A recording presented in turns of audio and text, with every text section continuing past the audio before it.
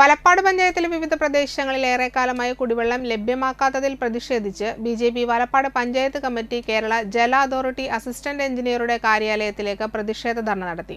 Thalikkulam block panchayat അംഗം ബഗീഷ് പൂരാടൻ ഉദ്ഘാടനം ചെയ്തു. പരാതി നൽകിയിട്ടും ഈ പരാതിയിന്മേൽ ഒരു നടപടിയെടുക്കുവാനോ ശുദ്ധജലത്തിന്റെ വിതരണം കാര്യക്ഷമമായി നടത്തുവാനോ വാട്ടർ അതോറിറ്റിയും ഇവിടുത്തെ അസിസ്റ്റന്റ് എഞ്ചിനീയറും തയ്യാറാവുന്നില്ല. ഇതിന് ഒരു വ്യക്തമായിട്ടുള്ള മറുപടിയോ വെള്ളം ശുദ്ധജലം കിട്ടാൻ വേണ്ടിയിട്ടുള്ള നടപടിയോ അസിസ്റ്റന്റ് എഞ്ചിനീയറുടെ ഭാഗത്തുനിന്നും ഉണ്ടായിട്ടില്ല എന്നുണ്ടെങ്കിൽ ഇനിയുള്ള സമരത്തിന്റെ രൂപവും ഭാവവും മാറുമെന്ന് മാത്രം പറഞ്ഞുകൊണ്ട് ഞാൻ എന്റെ വാക്ക്.